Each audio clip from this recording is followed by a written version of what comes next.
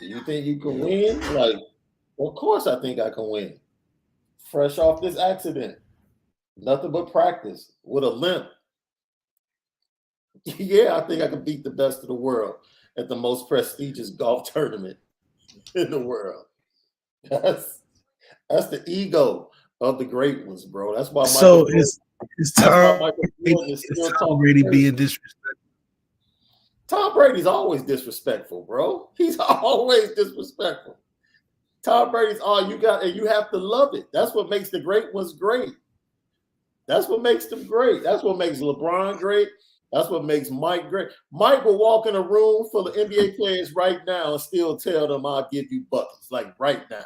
LeBron's going to be the same way in his 50s, dude. Like, they think they are great forever. Like, that's just their mentality, dude. That's their mentality. Lucky Lefty Podcast. As always, we spin a different featuring and brought to you by Anora Whiskey, AnoraWhiskey.com. It's that premium American whiskey, AnoraWhiskey.com. Yo, we were just having a brief conversation about the greatness of Tiger Woods, who shot a 71 today, first round at the Masters down in Augusta, Georgia. Fresh off an accident, nothing but practice rounds, playing rounds with Charlie down in Florida, and he shoots a 71. We were talking about, man, how does that feel like for people that have literally been practicing and playing competitively for the past 2-3 years, all these youngsters, and you walk on and you shoot a +3, Bryson DeChambeau, and Tiger comes back and goes 71 at the Masters. Just walk off the street, with a little limp,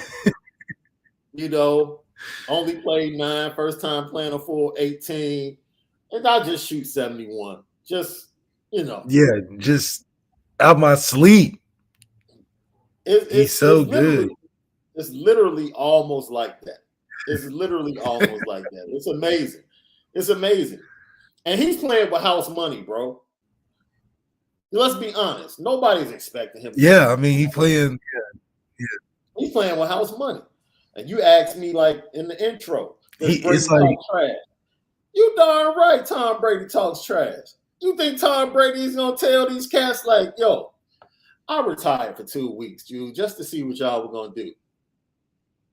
And I came just back see what y'all was going to do. Right. I gave you 2 weeks. I gave you a month to catch up, make roster changes to see if you can keep me from winning another championship. You got lucky because I didn't get the ball. Lucky. No, think about it.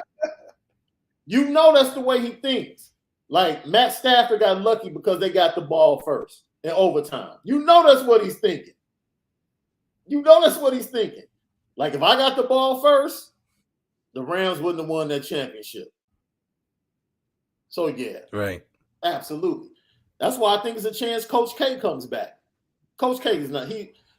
North Carolina spanking him twice? Nah, that's too much, bro. That's a little bit too much. That's a lot. Any other team except for North Carolina to spank me twice in Durham and in the Final Four. That hurts. Big recruiting weekend coming up at Notre Dame. 23 recruits, 24 recruits lining up Friday and Saturday. Huge recruiting weekend. And then for the month of April, it's going to be very big to see how Notre Dame seals the deal with certain recruits, and especially on the offensive side of the ball, to get the ball rolling. So we'll talk about that.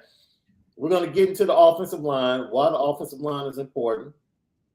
We're going to talk about why Notre Dame fans are so upset with us, because we clearly tell you what Marcus Freeman is telling you about this team, and you just refuse to hear it. And then you want to turn it on us as if we have a problem with 12.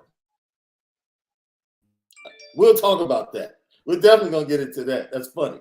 But before we get to Harry Hiestand in the offensive line, this news just broke literally right before We came on air, bro.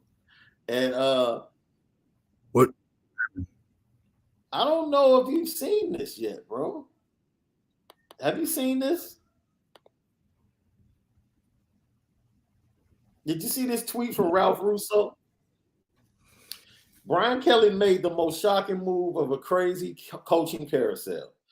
Why he made the move and how he's settling in at LSU. It's an article. But the quote is, I felt like I did everything that I could in Notre Dame, and they felt like they did everything they could for me. Yeah. Yeah. That's right. Look, man. He's one of the few people, if ever, you could just hit your literal ceiling where there's nothing you can give. Like you've literally given it all you got. Like you can't do nothing more than what you doing. And it was time to move on. Notre Dame was like, we done gave you all the money we had for a non-championship. We ain't got no more money, and you just don't got no more wins for us. He said he had done everything he could. That's a lie. That's a lie. He did everything he was willing to do. It's a difference. So you have to read the words. You have to read the words. You have to listen I'm very astute. And my wife, I get on my wife's nerves with this, bro. Because she says oh I'm my a God, haggler. listen to what he's saying. She says I'm a haggler over words. And I am. Like I listen to every word that comes out of your mouth. Because I feel like every word is important for context to whatever's being said. He said he did everything he could.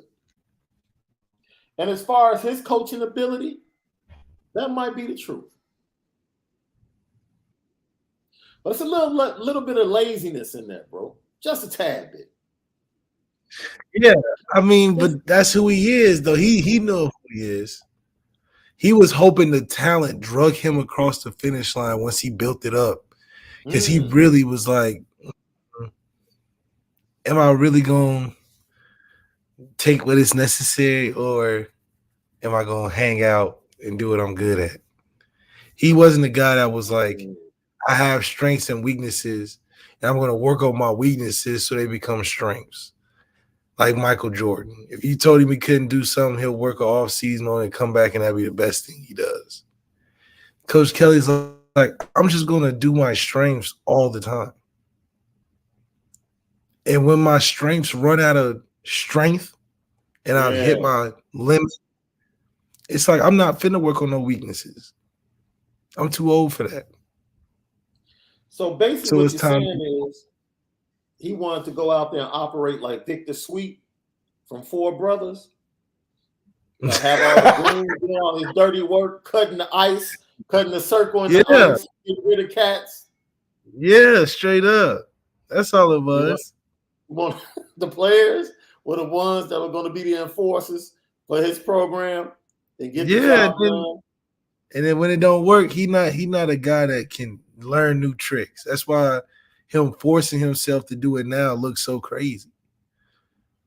He ain't danced before like that. That's why he got up out of Notre Dame. They got him dancing and talking more. He was like, nah. And I'm not getting no more money. Nah, I ain't about to be dancing for y'all. Oh, man. I ain't about to be doing I ain't about to be hitting that. But don't act like you didn't ask for money.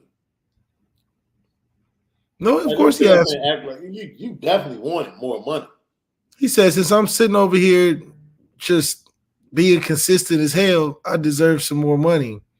And I don't blame him. I mean, look, everybody has different motivations. Not everybody runs off of the same moral coaching victory that you would want. That rah-rah guy that's die hard for the team. Some guys doing it for the money. And we can't blame them because the opportunity, I mean, LSU's a great program, different than Notre Dame, but it's great for what they're doing. And so it's cool to see Notre Dame, at least it wasn't like a burn bridge and we can hold that mutual respect. Now he's down to LSU, but we got somebody that can give us that extra bump. And the crazier part is we found him in-house. We didn't even have to go very far. You know, we didn't have to go very far to find a guy in-house to give us what we've been missing. A lot of times teams have things missing. They hire a guy that doesn't feel what they're missing and they don't get that much better. I think we've gotten that much better in a short amount of time with a new hire with Marcus Freeman. That's amazing because as a fan base, for a few moments, you probably felt like, what the hell? When the news broke. But the way things played out, it was worth it. It was worth going through those few moments of what the hell. It's like, okay. All right. That's cool. I don't know if anybody else has ever been in a moment. It's like somebody hits you with the, I'm out, I'm done, I'm bouncing. And the initial shock of it kind of jolts you. And especially in high school, right? High school's always different. You know, somebody hits you with the initial jolt of, you know, I'm done, I'm breaking up with you. And then next thing you know, man, you go to a nice little party on a Friday night. And you're back in the game. And that's what it was like for Notre Dame fans. Like, you felt the initial jolt. And next thing you know, we still the it guy. Yeah. You know? So it's not going to take us long to find something of quality, you know, as a rebound. But I do think it is important that, you know, for us and moving forward, that we do focus on the things we lack. I think that's why Marcus Freeman stands out so early, is that all the things we complained about, he's at least attempted to address in the short term so far. And we feel good that these moves are going to be the missing piece to what we've really just been asking for as a fan base. Now, are those suggestions and things that we think we know about the team going to work? You know, that's yet to be seen. But I do think the effort he's given to the fan base on at least hearing us or feeling like we've been heard, I think that's something we haven't had in a long time. Lucky Lefty podcast. Shaun Davis at SV2 Mics, the original Lucky Lefty himself at Malik, Zaire. Discussing Ralph Russo's tweet. He wrote an article about the departure of Brian Kelly from Notre Dame and settling in at LSU. I'll give LSU this, though. And this is the only time I'm going to big up LSU. I watched Derek Stingley run that 40 yesterday at the Pro Day, dude.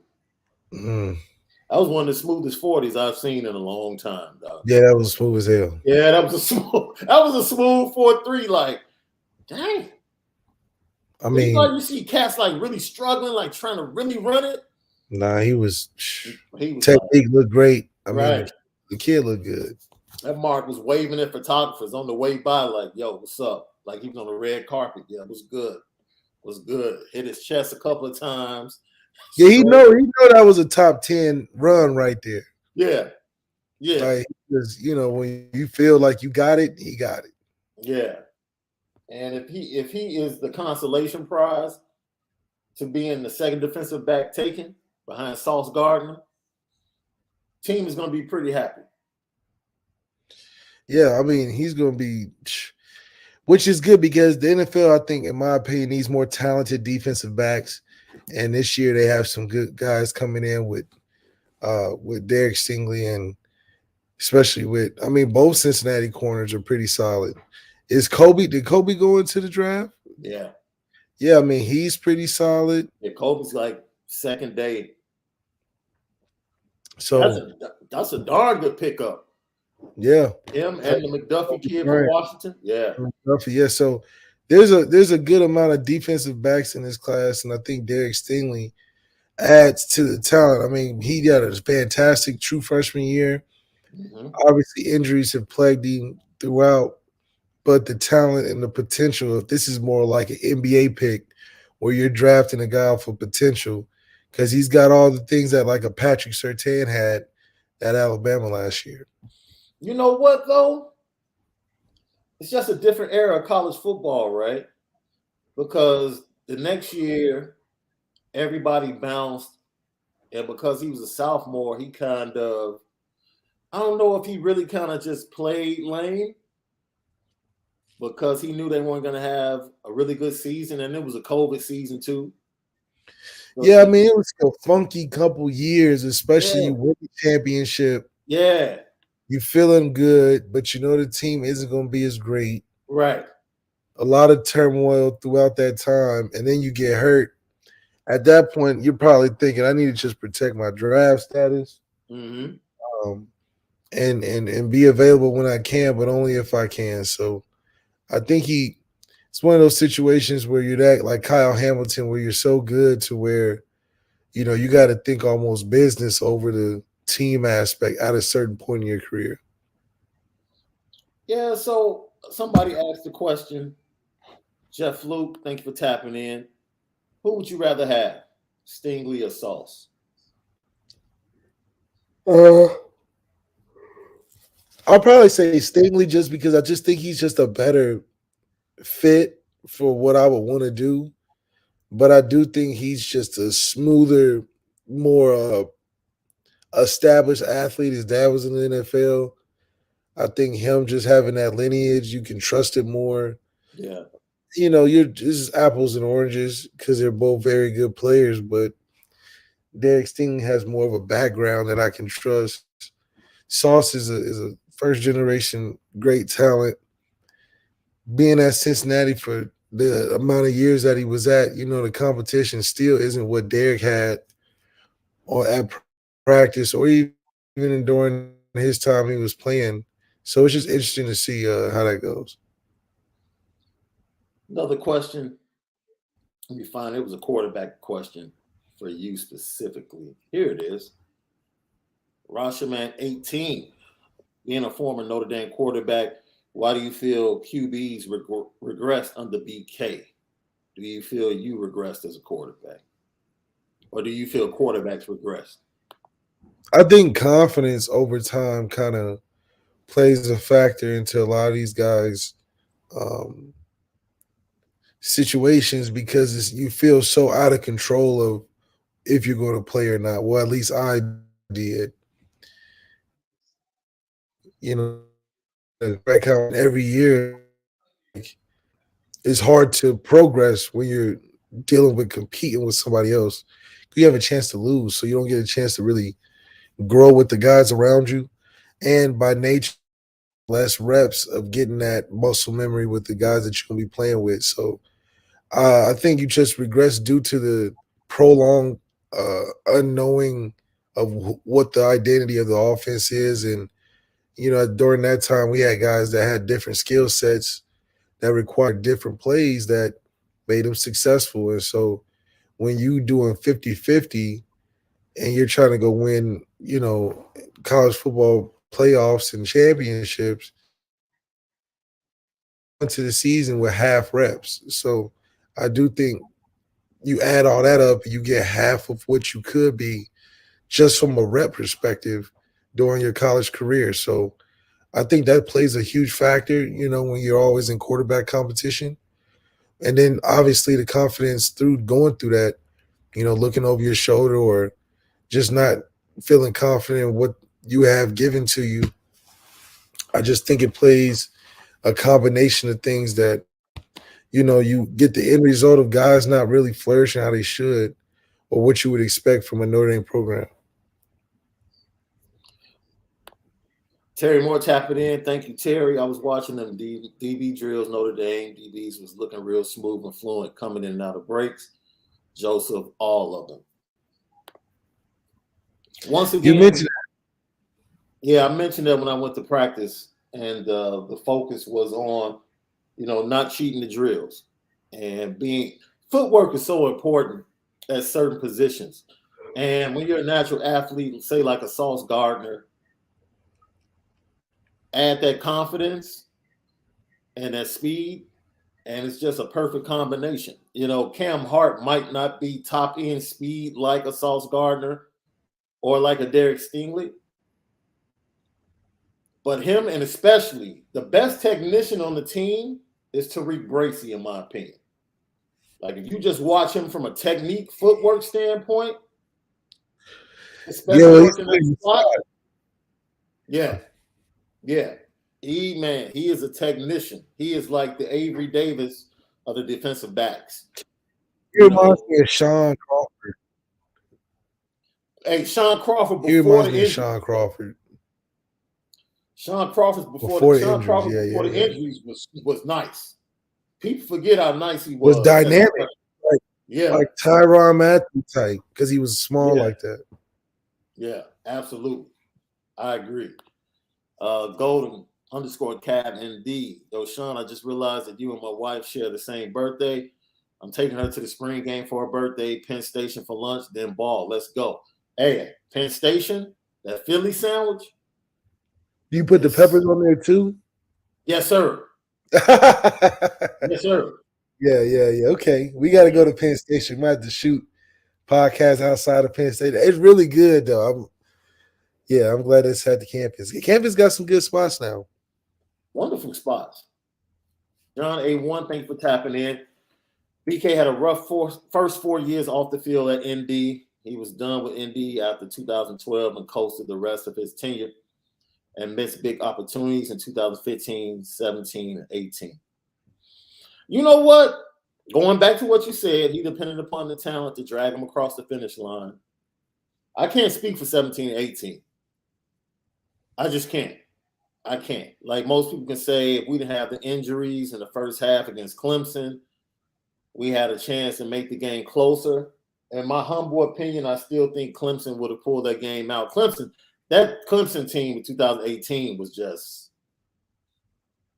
beast. That's when they had the 4 All-Americans, right? 4 All-Americans. Trevor Lawrence was a freshman. The young receivers had just gotten there. Yeah, that team was crazy talented. Crazy talented. And remember, Dexter Lawrence didn't even play because of PEDs. He was suspended for the playoffs. So Huggins, their backup, played in both games. So tremendous talent. Damn. I'll do. And it's not just because you're my co-host, bro. And you're my guy. That 2015 team, we've talked about it. You all healthy? Oh, first of all, Clemson would have got scraped. Healthy? Clemson wouldn't have been Clemson wouldn't have been Clemson that they know today. No. Because we would have beat them, and then we would have played Bama. Yeah, and then you all would have played Bama. That was college football history. Yeah. You all would have played Bama, and it would have been a game in the 30s. We would have saw, we would have saw what happened. We would have got them, though. You would have got Lucky Lefty podcast. Yo, we've talked about, let's just put it out there, because everybody in the chat, we did the show. We didn't have a show yesterday, but we did the show on Tuesday. And we played the clips from Al Washington, and we talked about the defense once again being happy. And the defense once again talking trash. And it was good to hear someone over 220 pounds finally saying something. And shout out to them signing 6'2", 300-pound grad transfer from Harvard, Chris Smith, Ivy League first team, Ivy League All-American. Real, watching this film, he's super quick. Super quick. I don't know how he's going to be like holding the point, but quickness, off the ball, swim moves, and all of that, he can hold his own. He can hold his own. Is he like a Tagovailoa? When you say Tagovailoa, what do you mean? Like Myron? Yeah. No. He's a true interior player. As a matter of fact, you know, from what I've seen, we can show some clips right quick, dude. Let people see that have not seen, that didn't get a chance to see the clip that was floating around. I think he's very athletic. I love what he can. I love what he can do from that position. And what's Let's his check name? it out. His name's Chris Smith, 6'2", 300 pounds. Oh, oh yeah. You know, he's pretty good. Quick off the ball. He's not, he's not that 6'4", 340 pounds like Jordan Davis. But, there he is. Holds the point, sheds the tackle. He can move. He can move and crease. Yeah.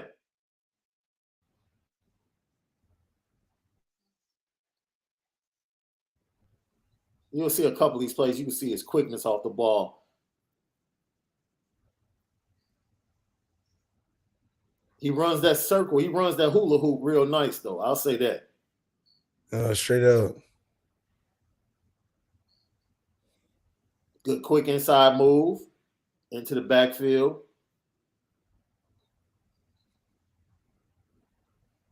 Nice quick move into the backfield again. He's quick. He's hella quick on the interior. Holds the point. This lob gets rid of the offensive guard. Makes a tackle. Straight pass. Bull rush.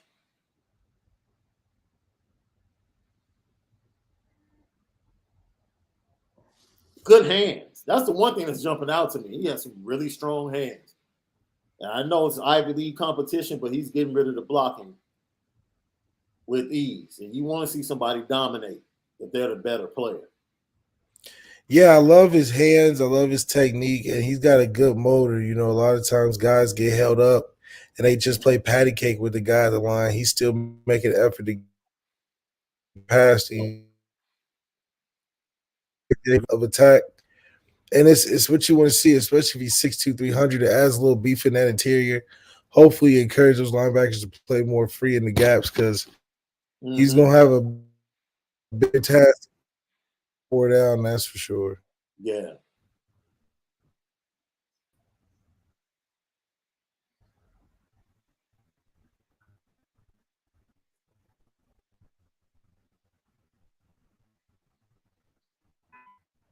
Technique, quickness. We'll see if Al Washington can get him ready. I'll tell you what, if he is good, what he does is he adds depth because you want to keep Lacey together with his counterpart and then be able to move him up to that first line with Jason Adamiola. Yeah, you want to keep him fresh. You want to keep him fresh. Definitely want to keep him fresh, yes. Because I like what Marcus Freeman's going to hopefully be more aggressive now that we have more speed. And that speed in the second half got to come in with depth and rotation. A guy like that, especially maybe pitch him out there first because he's a little heavier, and then get Adamiola in there for cleanup duty in some of those third downs. Well, Adamiola and Chris Smith, hopefully, if he's a dude, those are your starting interior guys. And then you keep Cross and Lacey together. Yeah. Behind them. And then you have Anye, Tyson Ford, Riley Mills, Arnsberger, whomever you want to move in on third downs. You can go to your jet package and put 4 defensive ends in there, put your bigger defensive ends on the inside, and go get the quarterback. So it just adds to the depth. Gives Al Golden, Al Washington some more dynamite to work with to blow things up. And I do think that relationship, just the core guys, you got Al Washington, Al Golden, these guys that are tough guys, generally guys that are going to be physical and require their players to be physical. And that's going to change the game for us up front. If we could just be physical and fast, I think that's given the identity Marcus Freeman wants, which is in turn, I think a lot of teams will tap out if we can produce that type of physicality, but it's going to have to come through having depth and having an addition like this with a kid from Harvard, probably a smart guy, got his stuff together pretty well enough to stay focused when it comes later in the season. I think that's back home is that his expertise late in the season it gives that comfort that we can secure those games that we're supposed to win. Yeah, absolutely. And it was amazing because he just visited the campus last weekend. He was committed to Minnesota. He was committed to Minnesota, and they got him to visit. He visited. The next thing you know, he decommits. He's all Irish. So that's easy though. That's an easy decommit. Minnesota, come on. So disrespectful. Yo, what's wrong with the Gophers, bro? It's just a comparison. What would you rather? That's the one. That is the one Big Ten ticket on the road we always turn down from our boys. Yeah, it wasn't. Boys like, yo, you want us to leave these tickets at will call? Who y'all playing? Minnesota. Nah, we good. Nah, we're going to save that road trip. No reason. Yeah, it's just, you got to know people if you want to go up there. Yeah. So that's another welcome addition to the defensive side of the ball. We keep talking about the defense and the promise the defense has. And now they're getting beef on the interior and getting depth on the interior. The linebackers are looking better. Defensive backs are looking better. Brandon Joseph's on the back end, getting interceptions during practice. Everything is trending up. They're talking national championship. And then we go to the offensive side of the ball. Last week, we retired the Brady Lindsey cut because it was like, okay, we finally heard somebody say something that was even more positive about the offense. So we can retire the Brady Lindsey cut. That's fine. That's fine. And then what you want to do. Yeah, and then your head coach says this. I'm really pleased with our coaches, in that we have some really, really good coaches at every single position. And we challenged them to start the scrimmage today with a short yardage scrimmage. And it was great to see, man, a good battle between the O-line and D-line. And physicality and being able to run the ball and stopping the run is something that I believe we're going to have to be able to do. And I think the ability for these position coaches to get with the coordinators and understand the new schemes on offense and defense, and it's been really, really good to see, man. And I'm really happy with the progression this team is making. He's happy with the coaching staff. He's happy with them teaching. He's happy with the progression of the team during spring training, spring camp, whatever you want to call it. But more than anything, for the fourth time during spring camp, he's mentioned we want to run the ball, be physical, and stop the run. And I don't know how many times Notre Dame fans need to hear from Marcus Freeman what the identity of this football team is going to be.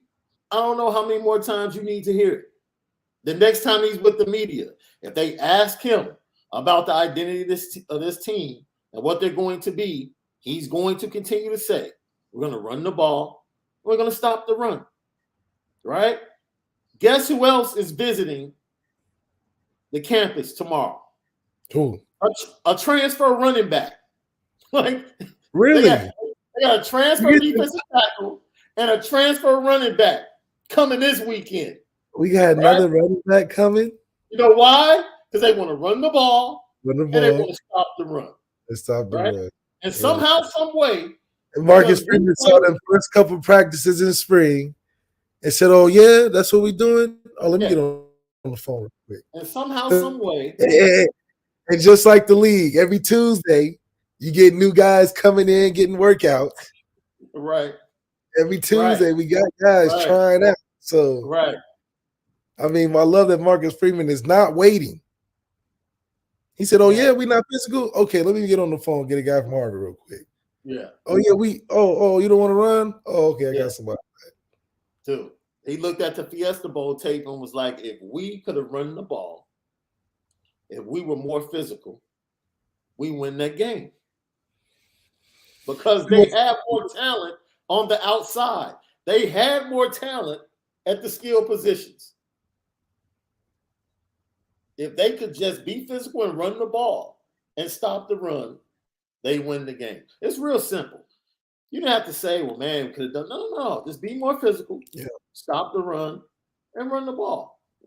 You win the game.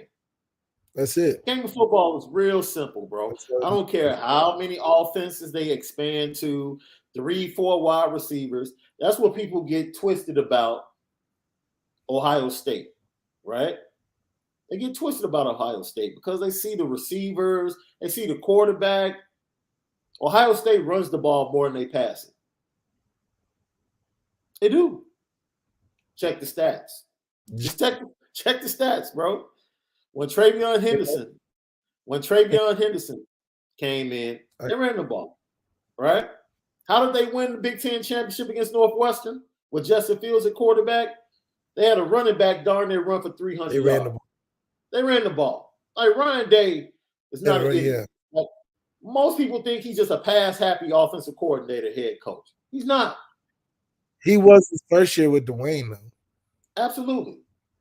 Go look at what Lincoln Riley likes to do and why he continues to put offensive linemen into the NFL or where he did it at Oklahoma. He got the double guard pull for the run. That's his favorite run. That's his favorite play.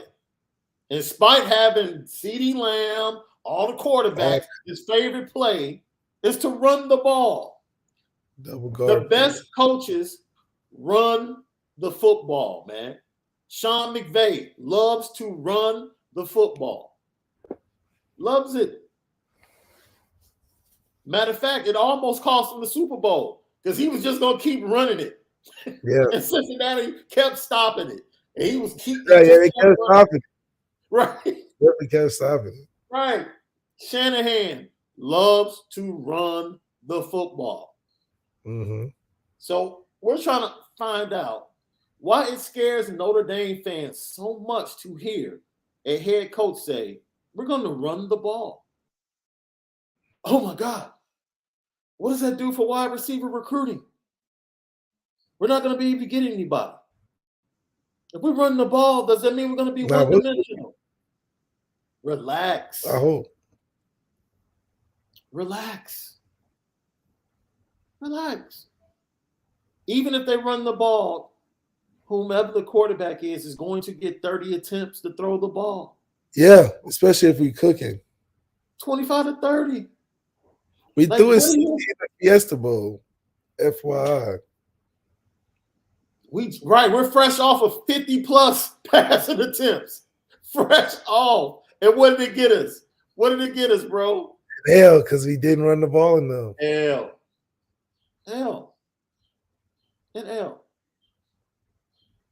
Dude, just relax, man. It is almost like panic sets in when they hear Marcus Freeman say, we're going to run the ball. You mean we're going to have more rushing attempts than passing attempts?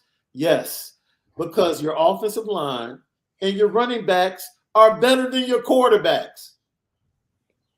At this point, we got some talent though, so it's not like it's like our quarterbacks don't have talent. We just say that again, so we can get on the record. Say that again.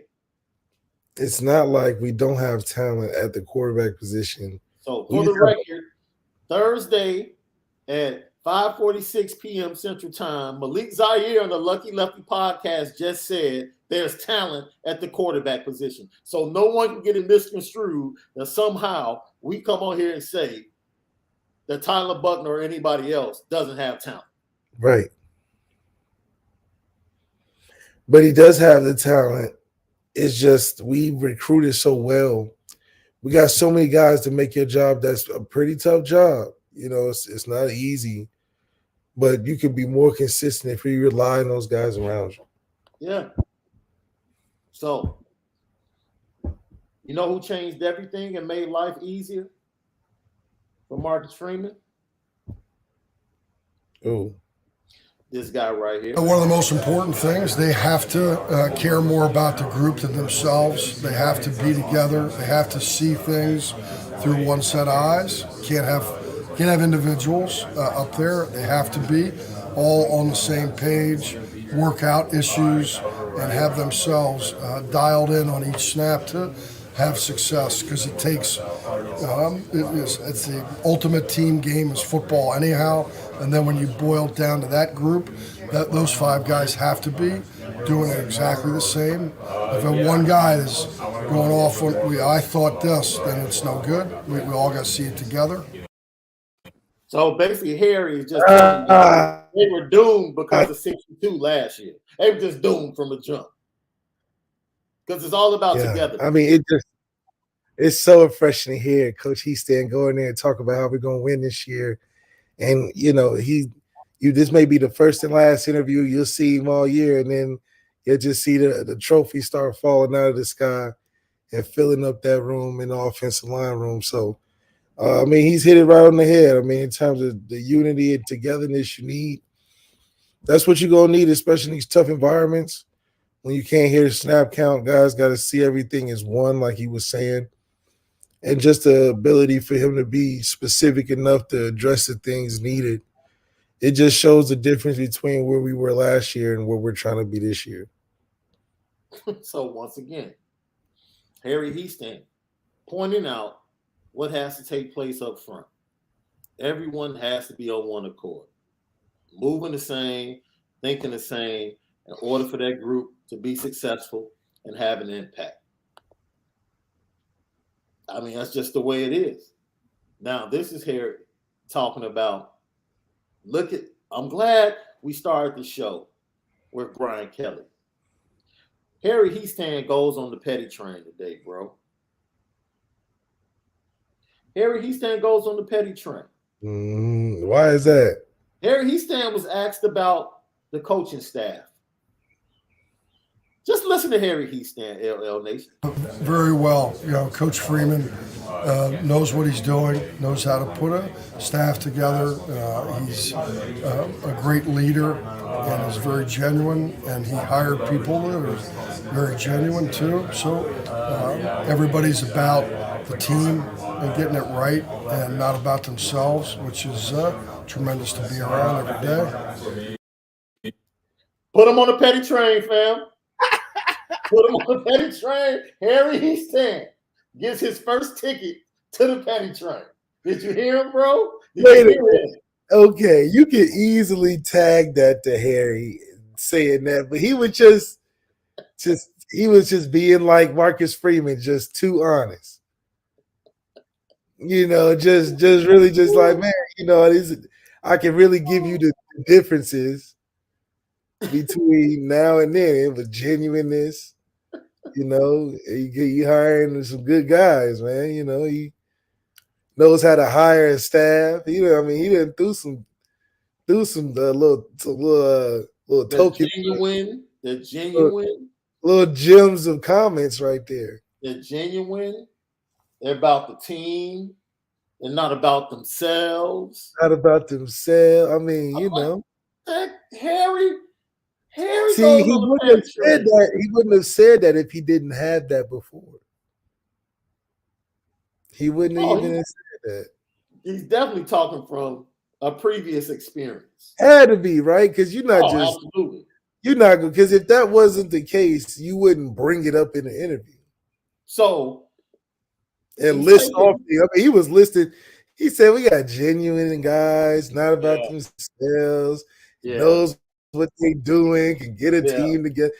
He said, how much time I got? I just keep going. Right.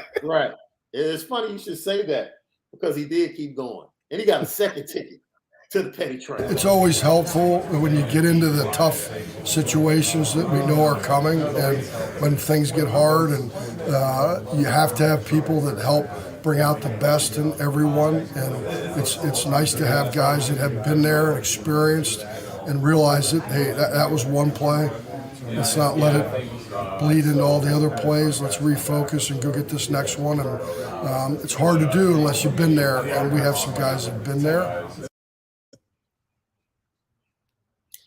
Harry's just being petty, man. See, I don't know if that one was petty. Yeah, I think he's just because it's like it's nice to be around guys that won't just like one play, just go into the next plays. Like understand that's one play, relax, don't be screaming. Yeah. You know what I'm saying? Or don't be screaming crazy at everybody else because you didn't have enough balls to scream at me and my people. So don't be screaming at everybody else on the offense. It's like that's 2 tickets for Harry. Oh, that was good. That's 2 tickets for Harry Heastand to the petty train. And I'm all for it. I'm all for it. I just hope these grad transfers end up being better than what we got from the Thunder and Herd. Oh man. You know what? I wish he was here. He would get some good coaching from Harry. You know, probably. Who? You talking about 62? 62. Nah, bro. No. Nah. That pro day solidified everything we believe about 62. That's all I have to say. The numbers he put up at that pro day, I could put up better numbers right now than 62 did at his pro day. Terrible. Off the street, I could pull a Tiger Woods against the rest of the PGA. I could walk into the practice facility in South Bend, step on that grass, that performance turf, and put up better numbers than 62 did. Probably. The only thing he would beat me at would probably be the bench right now. That's it. That's it. That's terrible. Everything else, nah, I got it. Well, you never know. He might get better in the league. We'll see. We'll see. No, USFL is just starting, right? Yeah, I might have to try out. Yeah. I might have to go out there and see what I got. He can get a look. Maybe, New Jersey Generals, somebody. Straight up. Give them a look. They pay. As long as the check's cash, it's all good. It's all good. Ashley, what's up, boy? He had semi-pro day. Hey, whatever is whatever. See, that's my point, Tom A. Yo, in the last 2 years, I put on a lot of weight, and I guarantee you I can still go run a faster 40 than that dude ran. I mean, he did put up bad numbers, man. Which was way above five. Yeah. I know for a fact I'm sub 5 in the 40. I know that for a fact. You said sub 5? Sub 5. Yes. You can put 100 down. We can go run it. The next time I come to Cali, we can go to the practice field. Surround me by your high school players. I guarantee you I run the 40 sub 5. Guarantee it. I definitely know. Wait. I definitely know my vert is higher than his. I don't even worry about that. I definitely know anything surrounded by true athleticism, which I had. I just put on weight. No, I'm not worried about 62 and testing at all. Okay. At all. You said under a 5. And this is wait. And this dude has been training for this. I haven't. I just want to point that out too. He trained to put up bad numbers. He trained to put up bad numbers, bro. A 5, though, you run it. I wanted to talk about that. Under a 5? I guarantee you, I'll get to that. But you move it now. A lot of people say that. Listen to this. I want you to listen to this. Let me read this off to you. What's his name from the NFL Network? Rich Eisen. Rich Eisen. Let's go over Rich Eisen's 40 times, dude. That's like a 6. He ran like a something crazy, like a 6 something. Under a 5? No. His fastest was a 5.96. Man, look. All I know is Came Madden, I believe, was like 3/10 under Rich Eisen's fastest. I guarantee you I cleared him by at least 5/10, 4 or 5/10. I'm saying I'll be in Cali in May. We can put it up on the page, bro. We can put it up on the page. I'm telling you, we can make money off of it. That's something we're gonna do. That's And something then that's what we're gonna do. We can And do it big. we're gonna turn it into an NFT. Do it for charity. We're gonna do it one big, time. Do it for charity. We're gonna do What it you one say? time. Yeah. We're gonna do it one time. That's all it is. One time. And we're gonna do that turn it into an NFT. And all of that stuff. Yeah, that's We're gonna turn it into an NFT, and then they can buy that. Out after the first time. I'm gonna pass out after the first time. Y'all, I get them. Yeah. I'm chugging. There you go. Crystal Rose, Shaun, that got into his sponsor stash. You know, I'm always thinking business, bro. We can turn this into a big thing. We can put it on the page. The chat should put what they think your times will be. Somebody just said about 5.7. You said so a 4.9. Is that what you're telling me? I mean, that's like being hyperbolic, trying to smash, You're flying though. I'm really trying to stump. I was really trying to stump on 62 by throwing that sub 5. Ooh, man, you get a sub 5. You might have to get to the real. No, that's what I'm saying. If I do a sub 5, should I go like try out for somebody? USFL just started. See what I'm saying? That sub 5 get you places. Oh man. Yo, it's so funny because you hear cats throw around, oh, I can run a 4.4 like it's nothing. You know, you get around cats in high school at camps and stuff, college, like what you run? 4.4. Oh, I can run a 4.4. Cats throw that 4.4 around real fast, bro. Yeah, that's that NFL. I mean, even now with the high schools, kids getting good. 4.4 is like the pedigree where you want to be. Yo, Tom A, I don't do hot dogs, man. I'm from Chicago, but I'm not a hot dog dude. Malik was just with me. He'll tell you I'm not. Dude, what did I have? Didn't I have like some finger food or something?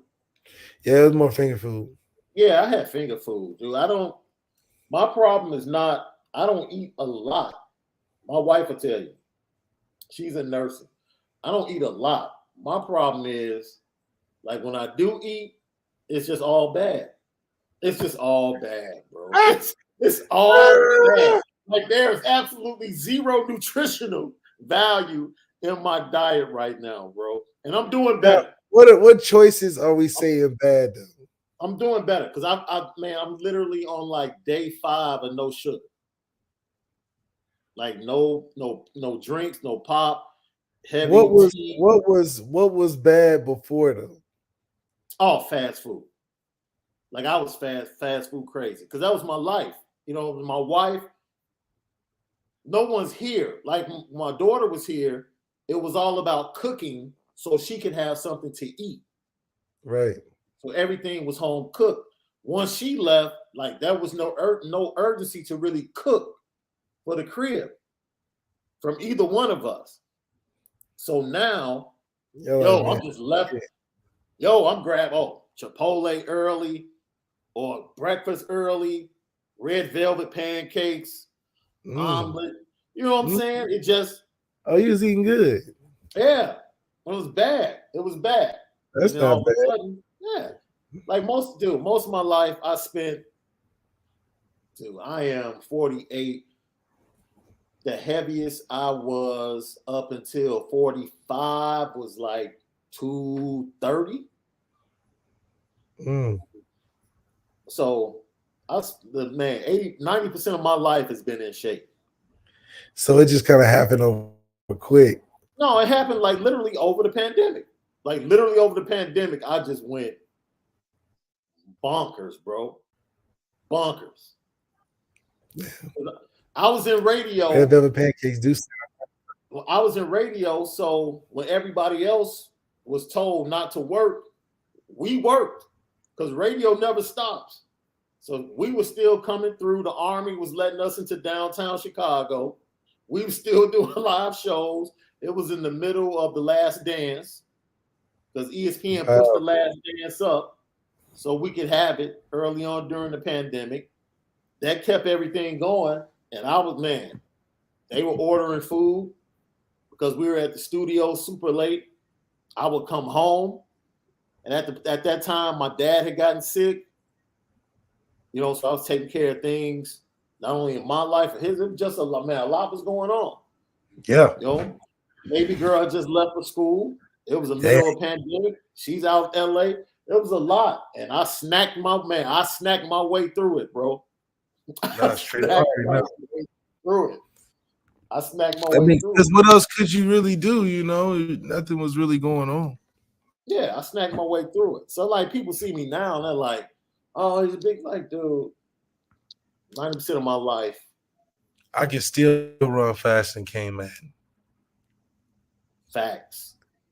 That's facts. That you hit him with. I can still run fast in 62. Facts. And I would not have said that if I didn't see it for myself in person. Nah, fam. I know one thing. I'm not running that. I can tell you that. Let's get to, before we close, get the petty train. We already know who's on there because we put Harry on there.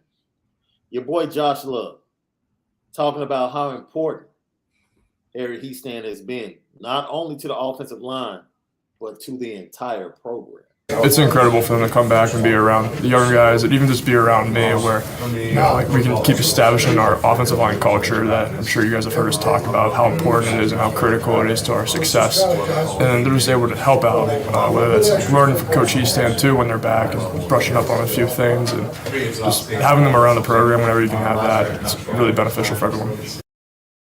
So that's Harry Heastand, and also I think today having guys, the old offensive lineman, Quentin Nelson's been back, Zach Martin's been back, and our guy Julio Cuts that was on with us just cut 2 of the offensive linemen today because they were at practice, which is amazing. I'm trying to see because he posted the picture.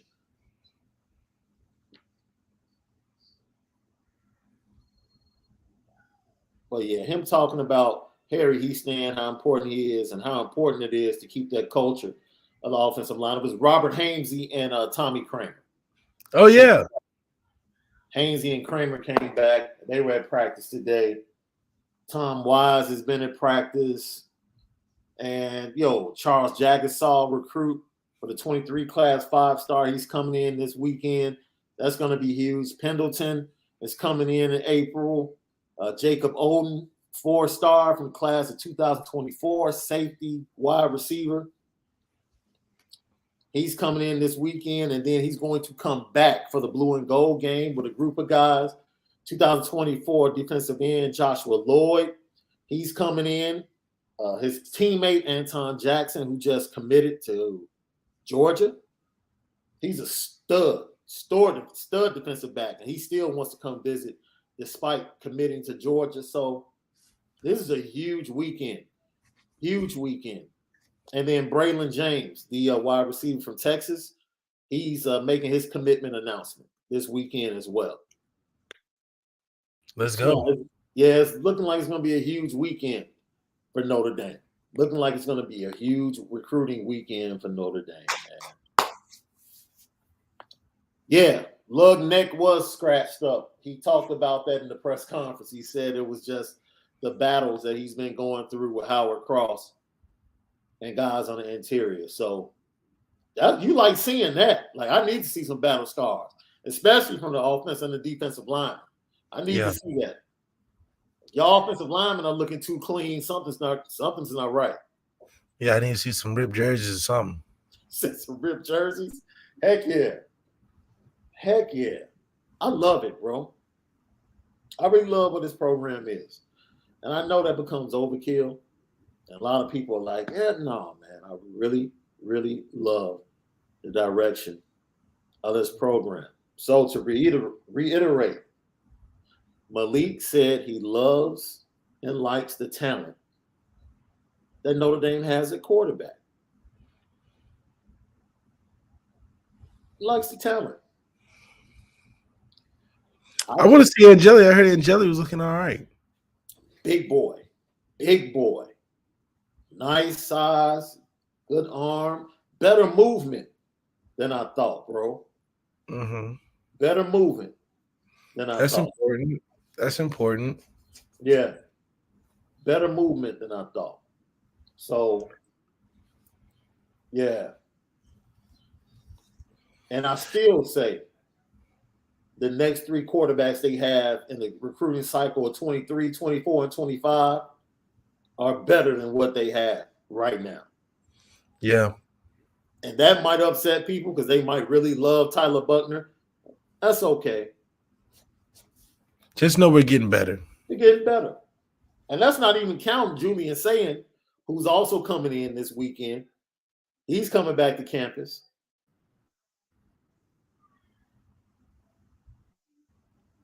So, look, man. It's not bad. Look at here, man. I don't know what else you want from this staff. Harry Heastan told you how it compares to the previous staff. You know, it's nice to have people. It's nice to have people on the sideline that don't panic. That's what we learned from Harry Heastan today. It's nice to have a head coach that's not about himself. It's what we learned from Harry Heastan today. These are never our words. No. These are never us saying what they feel. No. Even the Brady Lindsay clip. Yeah. That wasn't us saying that. Now, I saw somebody say that they wanted the Ashley. Yeah. Yo, the Red Velveties. If you ever up here in Chicago, Blueberry Hill, Pancake House. Make that move. Yeah, they're pretty dangerous. And my other spot that I have is the same spot. It's actually a spot in Indiana. It's right across the border, but it's a spot that I share with Drake Bowen because it's his favorite breakfast spot too. We talk about it. It's called Avgo. It's pretty. Their carrot cake pancakes are pretty awesome. Oh, you eating like that? I told you, bro. Dude. And then when the pandemic hit, and we were just at home, like I would go to work, and then dude, you're not coming out, you're not doing anything. You know how you had a deep freezer with just stuff stored up? And because it's amazing, like you'll put stuff in the deep freezer, but you continue to go grocery shopping. So you was in there discovering new treats and items. Man, I was discovering new meats, slabs, everything. I was just throwing it on the grill. Just throwing it on the grill, listening to D Nice. That's all I was doing. Oh my gosh. Yeah, that's how you get how you are. Shit. That's how you do it. And that's how you get to where I am. But this is the killer though. I told the missus, because the missus is more worried about the sudden change and how it impacts my health. Yeah, I mean that's a quick turnaround. That's what she's worried about. For me, I'm like, yo, I know as soon as I put in the dedication, which I've done by changing my diet like in the last 4 days, like she knows, like, yo, I haven't ordered anything from DoorDash, Uber Eats. That's the hardest thing right there. Facts. That's literally the hardest thing right there. DoorDash. That's a mother. Yeah. And it's expensive. I hate that I love DoorDash. What's your go-to? Oh my God. You don't do the Dash Pass? I don't do it. I need to. It is crazy because Dash Pass always tells me, oh, you could have saved $400 this month. That free delivery. Yeah. And I'm like, damn, I spent that much on. Yes. I love DoorDash. You checking account, dude, at the end of the month. It's like, dude, It kills the budget every time. I hate it. Every time. I know hate Chipotle is one of your go-tos. Oh man, listen, I love DoorDash. It's just they have everything you want. It's crazy. And it's different in LA. Because I did it a couple of times. When I was out there. You be on there all day. Yeah, I did it a couple of times. I got my tacos from there. Yeah. I had them DoorDash, and then I hit up a little soul food on DoorDash. It's a must. Yeah, I had to delete the apps, bro. Delete the apps, get rid of the sugar, early morning workout, because if I don't do it early, I procrastinate, and then it either doesn't get done or it's a lazy workout in the evening. So those are the keys for me. Yeah. You got to know yourself. You got to know yourself. I told my wife, I'm very confident. Like, I know, for me, it's all about diet. Like, once I get my diet under control, I know the weight's going to come down. I'm going to take it slow, too. I'm not trying to have that dramatic weight loss. Like, no. I'm going to take my time, pound by pound. By the time it gets to the fall, winter, your boy will be looking nice. Go hooping. You know what? My boy told me to do that. He's like, if you hoop 2-3 times a week, you'll be all right. Yeah, you'll be straight. But I don't need all that. I'll be ready for Kane Mack next month. On Cali. You can bank that. Like, we're talking like big goals. Big goals. Kane Mack? No. I'll be ready for that next month. That's hilarious, actually. It is. It really is hilarious. That's what's up, Bob. Get there, man. Absolutely. Get there, Bob. Everybody, go take care of yourselves, man. I actually just watched the special. Bro, we got to talk about this before we get out of here. You know who I'm putting on the petty train? Whoever the hell is in that writing room for this season of Snowfall. All of them got to go to the petty train, dog. Yeah, because what was the last episode had anything to do with anything? Anything to do with anything? That episode was trash. Trash. It's totally lost the momentum of where it was going. And it's like they did all that trash just to get like the start of the episode was after she said whatever she was going her own way and dude was about to get on Kane. That should have been the episode starting from there, not the end of the episode starting with the.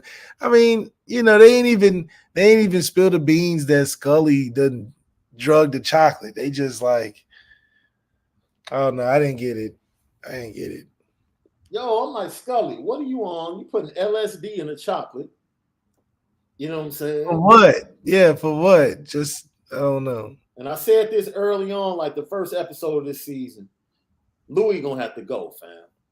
Man, she's just done too much. She's doing way too much, bro. And Jerome can't do nothing but go with it, even though he's telling her like, nah, we shouldn't be doing that. You know, I don't want to be doing. But I don't understand where the motivation is for her to just go so hard. Like, for what are you doing? That's the way she's being, though. She's manipulative. It's like, dang, she manipulated her girl to get the club at the beginning. Then she manipulated the situation to get in the spot that she was in where her and Jerome could have their own little thing. She keeps like she is never satisfied, dude. Never. Now she about to mess up the Kane thing. Hit. You saw the hit. Kane probably gonna finesse and get him, and it's gonna be season 6. Right. It's gonna be season 6. I see. Louis messing shit up. She got and Franklin realized that he turned around, he said, the betrayed thing, she's gonna betray me. Crazy. Dude, it was the way she said it and then kissed him in his mouth during the dance, and Franklin's like, you really finna try some shit. Yeah. I thought Franklin's girl was on something too. When she meeting with Kane. What's up with that? Yeah, you're be like, yeah, that's my ex. Right. Word. Like, what you doing here? It's real tricky. Everybody got their own agenda, and Franklin just trying to be like, man, I'm trying to hold it together. I'm trying to keep things cool. Leon trying to go to Africa with Wanda. Yeah, Leon, he's stuck in the movement tough. So he don't have no dude. Man, it's crazy. The only one, the sanest one is Wendy. Oh, that's and fact. she was the worst one. Now she the like she the most, now she got all the reason and she the coolest, you know. She You know like, why everybody tripping? You know what time it is.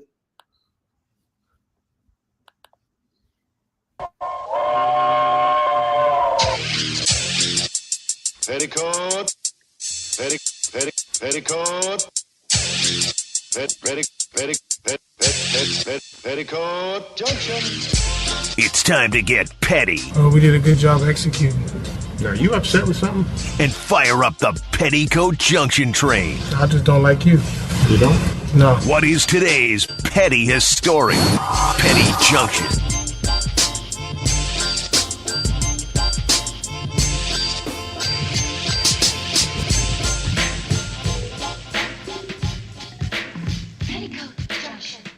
That's right, Petty Junction. Petty stories of the day, each and every day, right here, Lucky Lefty Podcast, featuring Honora Whiskey, HonoraWhiskey.com, that premium American whiskey. We already threw Harry Heastand on the Petty train today, and I'm gonna go ahead and throw Chicago Bulls on the Petty train, man, for this whole season, man. I understand you've been injured, but just building us up. 60% of the season being the number one seed in the Eastern Conference, and now the way you playing. Come on, man. Every time you play a decent team, you're down 15 in the first quarter, and the next thing you know, it's a blowout. I can't even watch the game.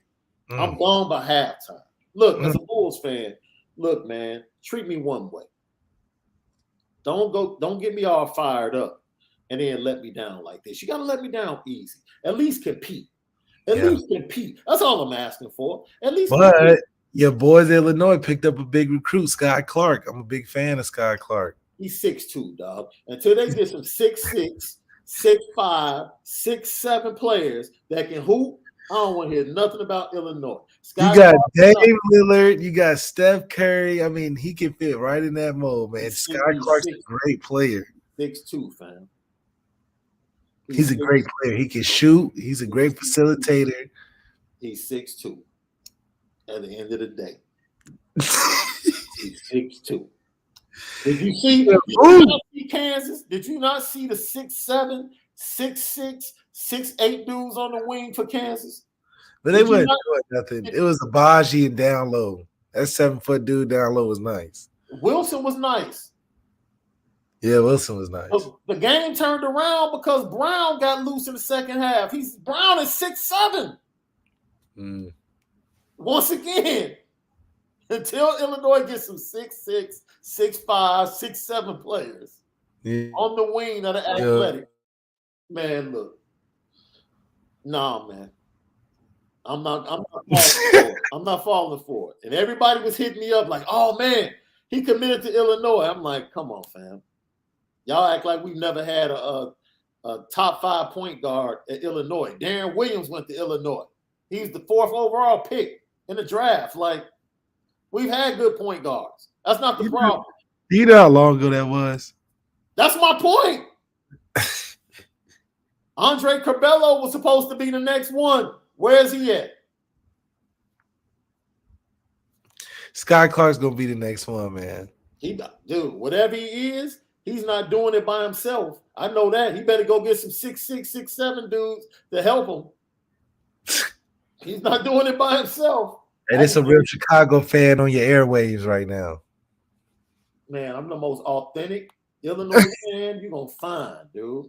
I tell you the truth about your squad. Oh, my gosh. I tell you the truth about your squad. I can't message y'all because y'all let go of my dog, Lovey Smith, still, man. I can't. We let go of him twice, the Bears and Illinois. He should have never been fired from the Bears, in my opinion, at that point. He should have had that Marvin Lewis tenure. Yeah. He deserved to go out on his own. Oh, the kid, he's from Nashville, Tennessee. Yep. Your spot, that's your favorite place now. That's my favorite place to visit. That ain't my favorite place to go watch hooping. I'm telling you, he's nice. I'm a big fan. I live in Chicago. You know how many 6'2" nice dudes I can go find right now? I can leave out my door, drive to the south side, and go find at least 5, 6'2" nice dudes. Not like Sky Clark, I'm telling you. Okay. All right. All right. It's two of them playing for Kentwood next year. 2. That's like top 150 on ESPN. And they're not Sky Clark. Okay. All right. We'll see. We'll see. Y'all should be real happy in Champaign. No. Have you seen the roster? You got transfers out. Curbello's gone. Payne is gone. You bring in Sky Clark. I will say, the kid from St. Vincent, St. Mary, he's about 6'5". I want to see what he has. Oh, so you going strictly off of height? No, dude. First of all, he's Mr. Ohio. That's number 1. Yep. And he went to LeBron's high school. That's kind of all right, cool. That's two good things going for you. That's 2 good things going for you. Now, he's left-handed too. We love lefties. That's right. So he's left-handed. You know, we'll see. See, Brendan Stanton telling you, D. Brown was a bucket at Illinois. But once again, how long ago was that, bro? How long ago was that? How long ago? I'm holding on to D. Brown and Darren Williams and Luther Head, bro. That's what I'm holding on to. That's when the jerseys and shorts was long, past the knees. You're right. They did rock the jerseys nice and long, baggy. You're right. That's what's up. Oh, man, shout out Northside, Lincoln Park High. And shout out to Bob. Congratulations, dude. I hope to be there with you soon, man. I'm glad you put in the work and you're down 40 pounds. Congrats, Bob. Good job, man. We're going to get, trying to get Malik a contract, man, because this dude, he ain't going Hollywood now since he getting a little money being on TV. Not me. He don't want to get back in that gym like that. He don't want none of Matt Bayless, dude. We can get a little lucky lefty weight challenge going, little something for that. I like that. Let's start that. The lucky lefty weight challenge. Both of us will see how much we can lose up until kickoff of the Buckeye game. There you go. That's kickoff. It's got that's what's up. Until kickoff of the Buckeye game. I'm gonna be in the hotel. Before and afters. I'm gonna be in the hotel workout room the morning of. The weigh-ins. With a full suit on, running. Yeah, straight up. That's how you gotta be, man. Yes, sir. Yes, you gotta work off that freezer. I like that. I appreciate you, Tyndall. He said he's in. That's what's up. LL Nation, you want to join us? Both of us on the journey to shed pounds up until kickoff of the Ohio State game. We in there. Yep. I can tell you now. Picture in right now. I'm gonna tell you now because spiritually, I've been taught to ask for help where you need it. I already know where I'm gonna need help, so I'm gonna need the prayers of LL Nation for that late night snack. Because that right there, that late night snack is a beast. And I need to pray away that chocolate chip ice cream. Need to pray it away for about 6 months, man. If I can lay off of that, it's all good. Man, 5 days in, been working out, diet is right. Okay, he's gonna DM us his starting weight. That's what's up. There we go. Let's get to it. He said that's his issue too. That late night snack. It's a beast, bro. It's a beast. That 9:45 roll around, you like, damn, I can't go to sleep yet, but I'm kind of hungry. Now, check John A1. Are you telling me to eat celery and ranch? Or are you telling me to stay away from celery and ranch? Because ranch is not good, right? Ranch ruins the whole celery thing, doesn't it? Yeah, it's better to just. Because I love carrots, bro. Like without the ranch. Like you just cut up some carrots raw. I love them. Try to just get some more fruit and water in your diet. You really be all right. I've drank. I'm up to like 100 ounces already today. I'm gonna go fill up my 40 ounce again when we get done, and I'll probably cut up some. I got some sliced watermelon and pineapples waiting on. There you go. Let's get to it because that's good right there. I might have to get some. Let's get, bro. All right. So everybody, we appreciate you. Thanks for tapping in today. Don't forget, for the Culture Friday. By the way, we didn't talk about that J verse. We'll talk about that tomorrow. The Jay-Z verse on Pusha. Oh, yeah. Because I know you're not really big into Pusha, but that verse, bro. It was it. I had to Google it, bro. I had to Google it. I'm like, man, what is he saying? And once I connected the dots, I was like, this dude's a clown, man. He really doing the fool on cats now. Yeah, that's. I mean, they putting it together now, which is good to see. I'm about to look at it right now. Yep. Lucky Lefty podcast, as always, spin it different. Brought to you by Nora Whiskey, NoraWhiskey.com, that premium American whiskey. We'll see you tomorrow for the Culture Friday. We appreciate you guys, man. Check